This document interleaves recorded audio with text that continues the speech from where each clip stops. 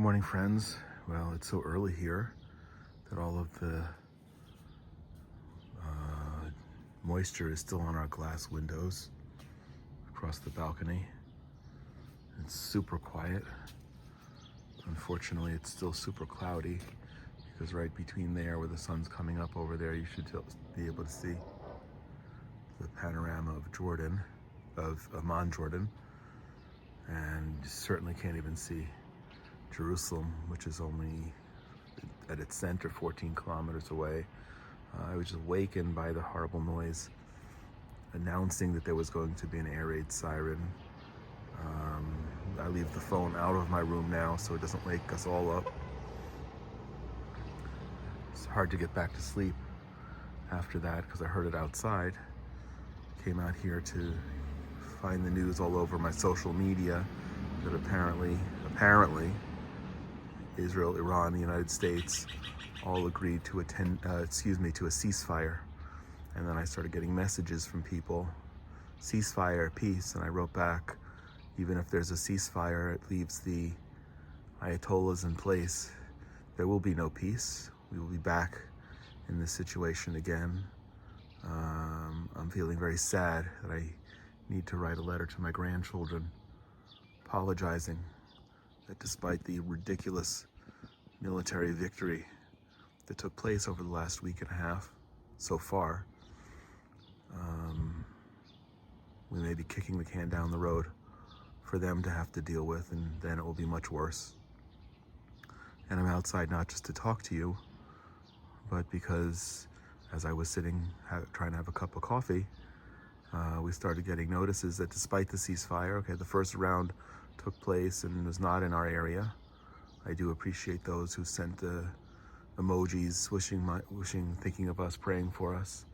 Now, just a few minutes ago, there was another notification of another round of missiles, one of them coming here and giving us notification that we may be hearing an air raid siren, so I'm out.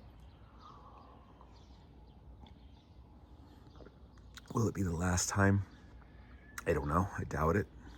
Doubt it very strongly. I don't know if we'll see anything today. It is a beautiful beginning of a sunrise. Such a shame that right behind there where the sun's coming up, now you would normally see, you see the peak of the sun, beautiful. You would normally see the skyline of Amman. Maybe the sun will be more powerful than the clouds. Let's see. And let's see if that all happens before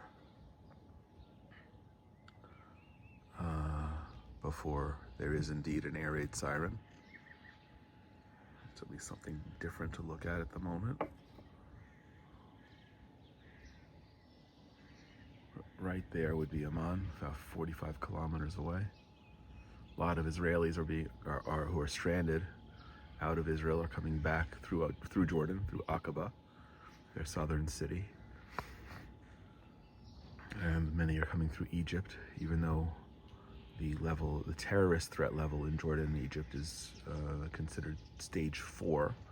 I guess that's second to the highest, and Israelis are being advised not to, and a lot of non-Israelis who are trying to leave have also been flying through Aqaba and Sinai.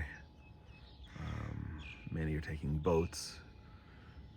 El Al has apparently resumed bringing rescue flights, but for some reason, for safety at the airport, the rescue flights to bring people home only involve 50 people at a time, and if there are 100,000 or even 50,000 left, that means it's going to take quite a while before all 50,000 or 100,000 actually get home. You could do the math. 50 per flight divided by. Super quiet out here. And I'm reasonably sure that many people had the good fortune not to wake up from the annoying noise that I just heard with the threat for sirens, and now just waiting it out to see in another minute or two if in fact rockets do come out here.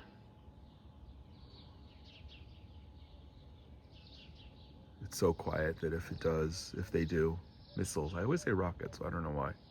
Missiles, ballistic missiles with 1,000-pound warheads, half a ton warheads. In many cases, they're using cluster bombs, large bombs, not like little things that scatter, but large munitions that each have their own capacity to take out an apartment building. That's part of what makes the interception of these things much more difficult these days, and perhaps why we've been seeing that many more break through and do damages as they are. It's a little chilly out here. It's quite chilly.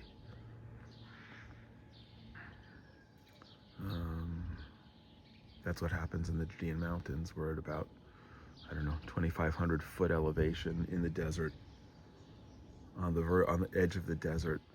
Oof, there's a big wind.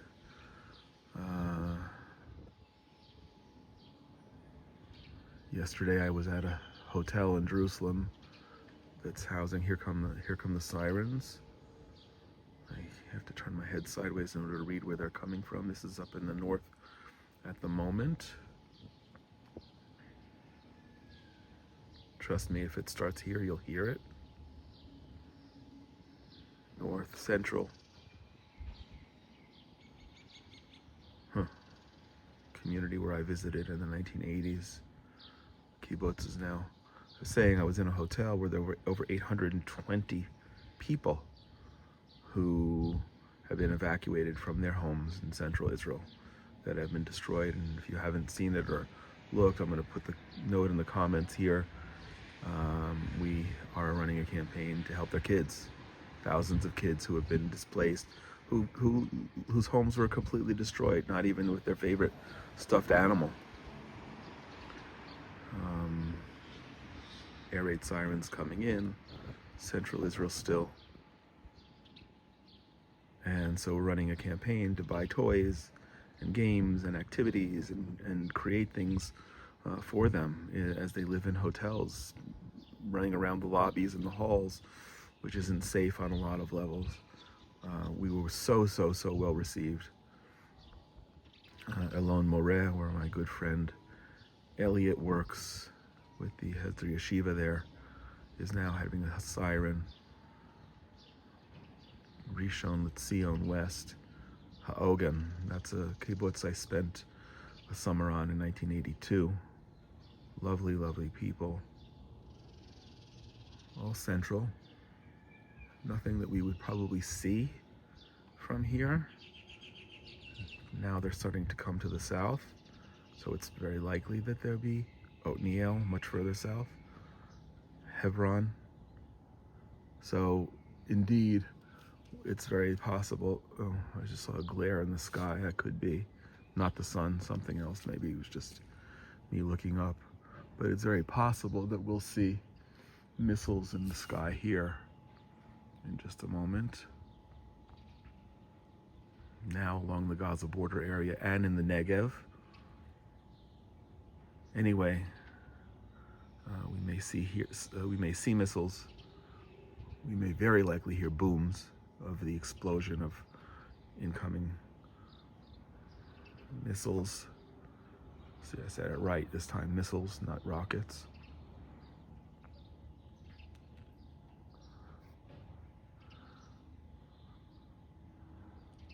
And the people in the hotel could not have been more grateful.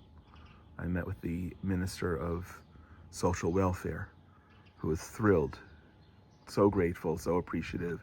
And when I explained to him that most of the donations have come from Christians overseas, he was very effusive and grateful and said, please continue. And it helps tremendously. And I thought we had a lot of stuff because it filled the trunk of my car, but the truth is, for 800 people, let's assume half of them are children. It was just the tip of the iceberg. And so I do ask, please join us, please use the link. Booms I'm hearing in the distance.